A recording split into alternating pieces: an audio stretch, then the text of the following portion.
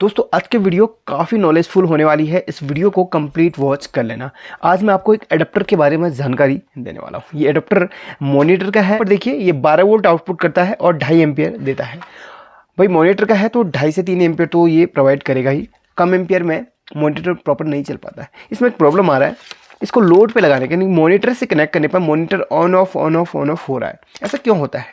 देखिए सबसे पहले मैं आपको इसका वोल्टेज चेक करवाता हूँ। ये रनिंग कंडीशन में है बट लोड नहीं ले पा रहा है और ये किन कारणों से होता है ये भी आपको इस वीडियो में सीखने के लिए मिल जाएगा। अगर आपके साथ भी ये प्रॉब्लम आए, आपका कोई भी चार्जर भले 12 वोल्ट का हो या फिर 5 वोल्ट का हो या फिर कितने भी वोल्ट का चार्जर हो, लोड पे लगाने पर वो ब्लिंकिंग की समस्या कर रहा हो या फिर प्रॉपर लोड नहीं चला पा रहा हो, यानी कि प्रॉपर आपका जो मोटर है या फिर कोई भी चीज़ें हैं जिससे आप चार्जर कनेक्ट कर रहे हैं वो नहीं चल पा रहा हो, ऑन ऑफ हो रहा हो, तो इसमें क्या क्या प्रॉब्लम्स आती हैं उसका सॉल्यूशन आपको इसमें मिल जाएगा। सबसे पहले इसका मैं आपको इसका आउटपुट चेक करवाता हूँ।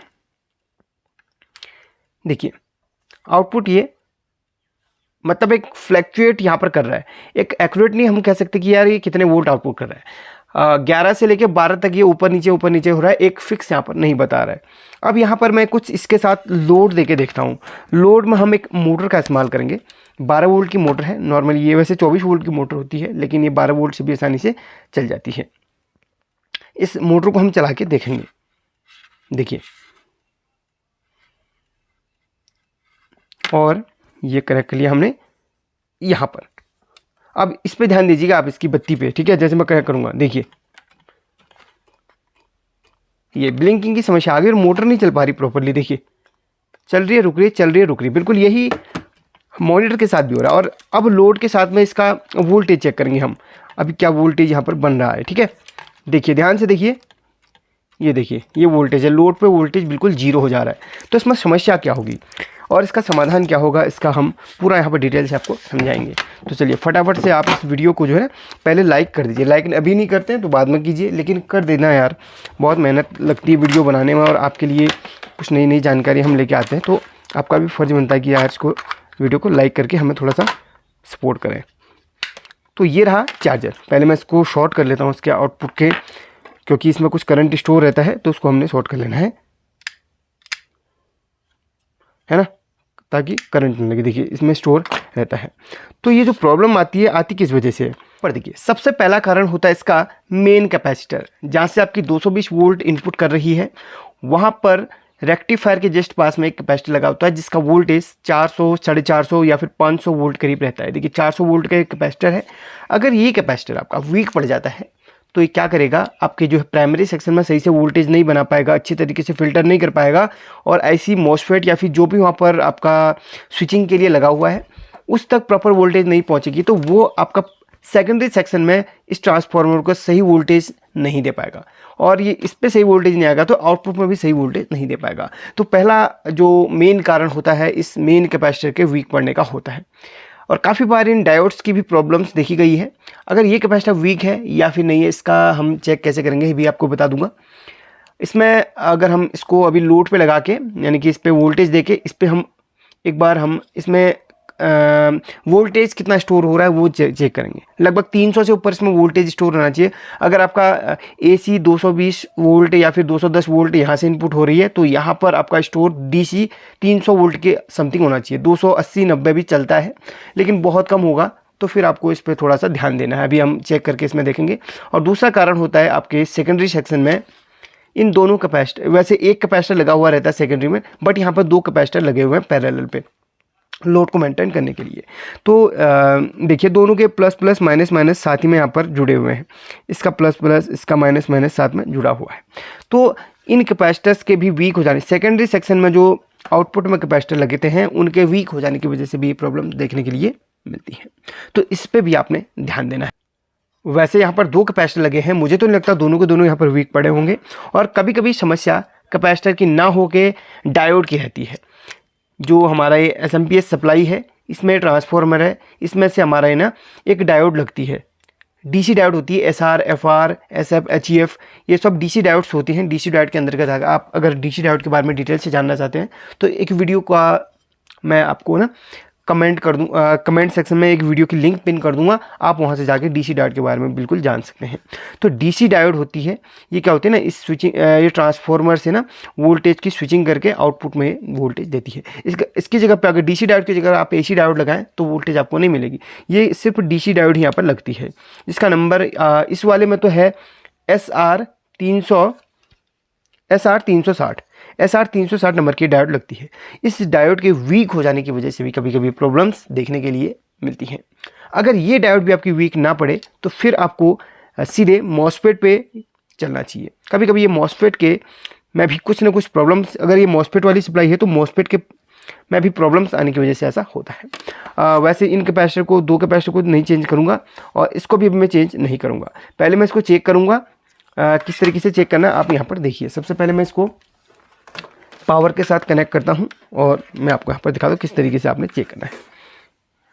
इन कैपेसिटर्स को कैसे, मेन वाले कैपेसिटर को कैसे चेक करना है यहाँ पर देख लो। चलिए ऑन कर लिया है, देखिए बिना लोड पे तो चल रहा है, लेकिन लोड देने पर ये बिल्कुल दिक्कत पड़ जा रही है इस पर। अभी देखिए यहाँ पर सबसे पहले हम इसको एसी रेंज पे रखते हैं मल्टीमीटर को, और जो यहाँ से इनपुट हो रही है आपको दिखाता हूँ। एसी कितना इनपुट हो रही है आपको पहले दिखा देता हूँ। 224 वोल्ट, 224, चलिए 219 मान के चलते हैं, फ्लक्चुएट हो रही है बट 220 वोल्ट चलिए इनपुट इसमें हो रही है। अब यहाँ पर मेन कैपेसिटर पे डीसी कितना बना रहा है ये भी हम दिखाते हैं आपको। इसको डीसी पे रख देते हैं, डीसी 1000 पे रखें क्योंकि डीसी ज़्यादा बनता है। तो डीसी 1000 पे रख के इस मेन कैपेसिटर पे हम चेक करेंगे। ये जो मेन कैपेसिटर बड़ा वाला, इस पर हम चेक करते हैं। तो यहाँ पर आप देखिए, ये देखिए प्लस माइनस सही लगा दिया मैंने। तो यहाँ पर 305 वोल्ट यहाँ पर डीसी बन रहा है, नो प्रॉब्लम। ये कैपेसिटर पे वोल्टेज स्टोर हो रहा है प्रॉपर्ली, इसका मतलब है इस कैपेसिटर की प्रॉब्लम नहीं है। अब यहाँ पर जो कैपेसिटर लगे हुए हैं इन पे भी एक बार चेक करता हूँ। वैसे इन पे चेक करके वोल्टेज वही रहेगी जैसे पहले दिखा रहा था, आउटपुट में जैसे दिखा रहा था वैसे रहेगी। बाकी मेन कैपेसिटर की प्रॉब्लम नहीं है, यानी कि 450 वोल्ट की जो कैपेसिटर है उसकी प्रॉब्लम यहाँ पर नहीं है, बिल्कुल सही वोल्टेज स्टोर कर रहा है। अगर आपकी एसी पे 220 वोल्ट यहाँ से इनपुट करीब करीब कर रही है तो 300, 310 या 320 वोल्ट आपका एक कैपेसिटर स्टोर करेगा, है ना। अब मैं आपको यहाँ पर दिखाता हूँ, DC 20 पे रख लिया है और यहाँ पर आपको चेक करवाता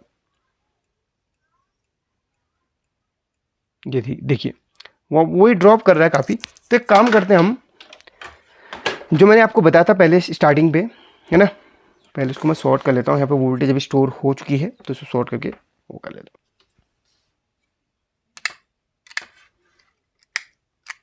तो अब यहाँ पर करना क्या है, इस डायोड को पहले चेंज करके देख लेना है एक बार। इन दोनों कैपेसिटर को चेंज ना करके अब एक बार पहले मैं डायोड को चेंज करता हूँ।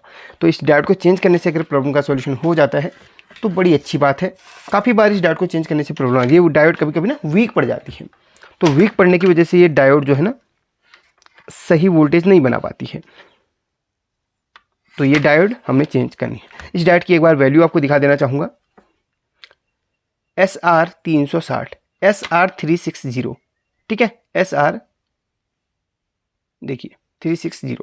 तो ये डायोड आपको मिलेगी कहाँ, मैं आपको बताता हूँ। ये डायोड आपको इस तरीके से DTH सप्लाई आती है ना, उस पर मिल जाएंगी। सबसे बड़ी जो डायोड होती है वो आप उसमें लगा लीजिए। कोई सप्लाई ख़राब पड़ी हो तो उसमें आपको डायोड इस तरीके से मिल जाएंगे। अगर आपके पास है ना ये डायोड जो है नई पड़ी है तो नई डाल दो। वैसे इस सप्लाई पे ऑलरेडी ये सप्लाई हमारी ख़राब है तो इसकी डायोड हम वहाँ पर यूज करेंगे, इस डायोड को हम वहाँ पर इस्तेमाल करेंगे। चलिए, तो यहाँ पर इसकी पोजीशन बनी हुई है, ब्लैक पट्टी है और ये यहाँ पर ब्लैक, ये वाली पट्टी है सिल्वर, एक साथ में रहेगी। तो पोजीशन बिल्कुल सही इसके कीजिएगा। चलिए फटाफट से इसको हम सोल्डरिंग कर लेते हैं। चलिए चेक करते हैं, इसको पावर देता हूँ।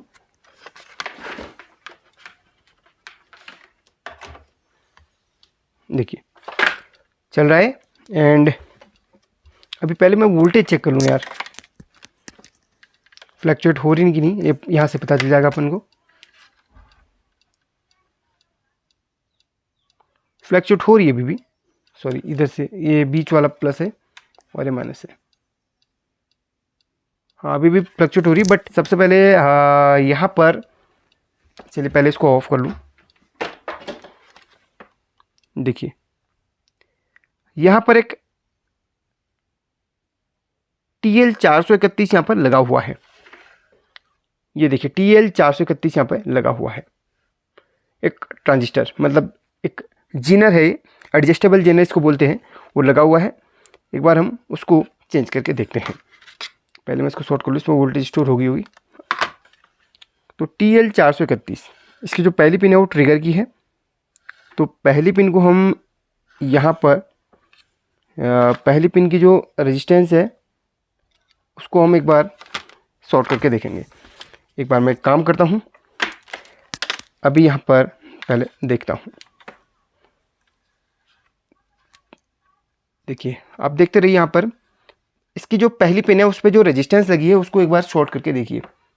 1 मिनट के लिए आपने शॉर्ट करना है, 1 सेकेंड। मैंने इसको ऑन कर लिया है और यहाँ पर वोल्टेज आप देखते रहिए। इसको 200 पे रख लेता हूँ और इस पिन के रेजिस्टेंस को एक बार 20-22, देखिए समझ गए? हुआ नहीं हुआ आपके सामने? फिक्स होगी वोल्टेज।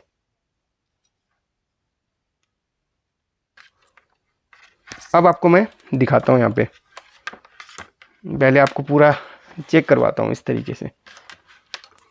ये देखिए, ठीक है, आपके सामने शॉर्ट करा मैंने। शॉर्ट करते ही ये फ्लैक्चुएशन इसका बंद हो गया। सबसे पहले तो देखिए बिल्कुल फिक्स होगी वोल्टेज। देखिए बिल्कुल लाइव। काफ़ी लोग कहते हैं ना यार सर आप दिखाते नहीं, देखिए बिल्कुल फिक्स होगी। अभी 11 पे नहीं आ रही, बिल्कुल फिक्स है। हुआ कैसे, मैं आपको एक बार डिटेल से समझा भी देता हूँ ताकि आप लोगों के मन में जो कन्फ्यूजन है वो बिल्कुल सही हो जाए। एक पेपर और पेन की हेल्प से मैं यहाँ पर आपको बताता हूँ।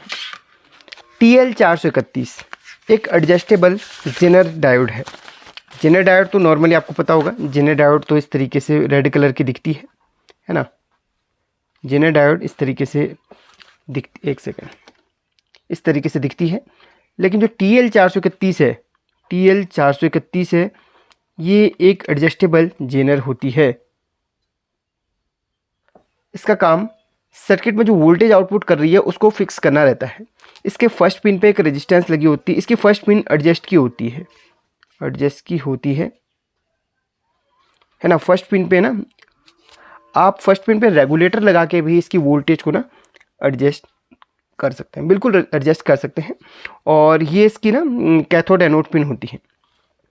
और फर्स्ट पिन पे जो रेजिस्टेंस लगा के यहाँ पर इसकी वोल्टेज फिक्स कर दी जाती है वही आउटपुट इस हिसाब से होती है।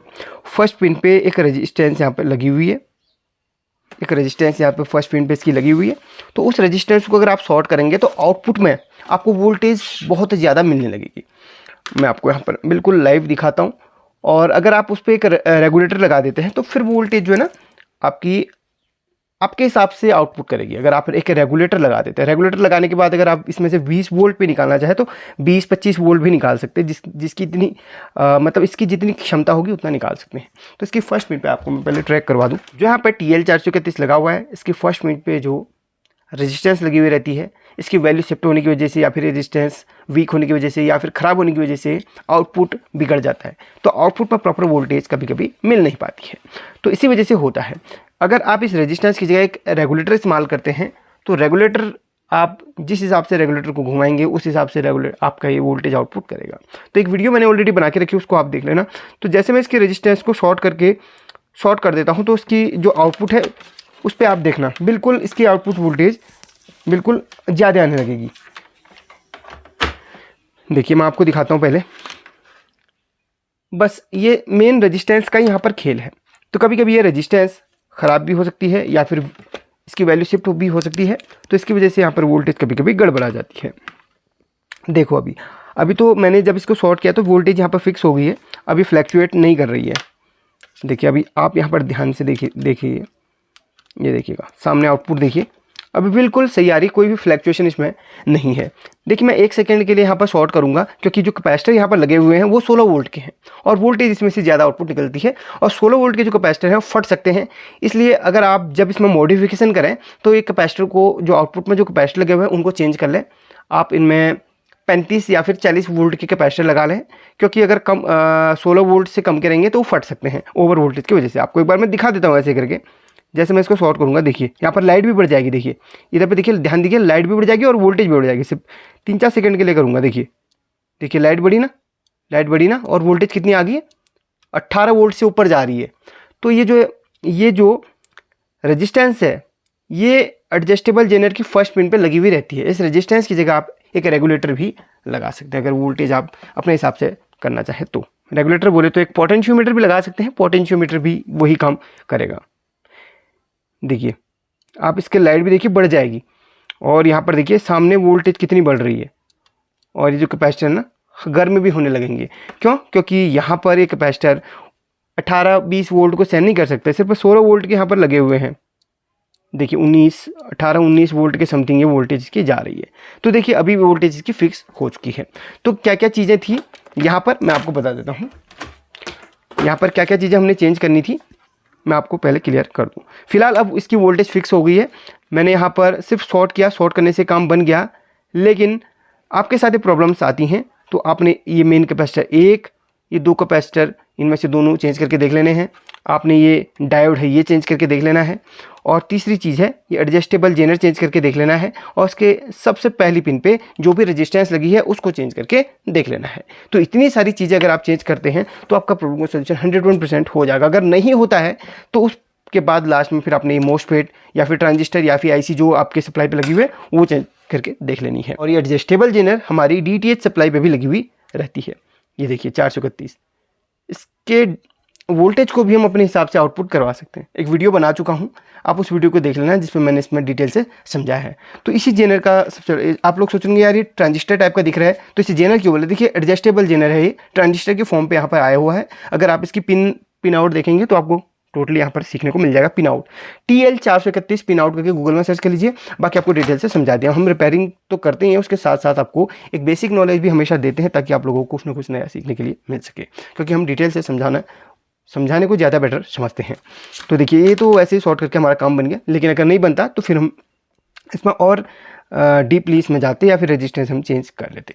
बाकी इस वीडियो के लिए कितने लाइक आप करते हो वो आप डिसाइड कीजिए, बट इसको शेयर ज़रूर कर लीजिएगा, या शेयर करके और लोगों को भी इससे जानकारी मिल जाती है। Thank you so much for watching this video.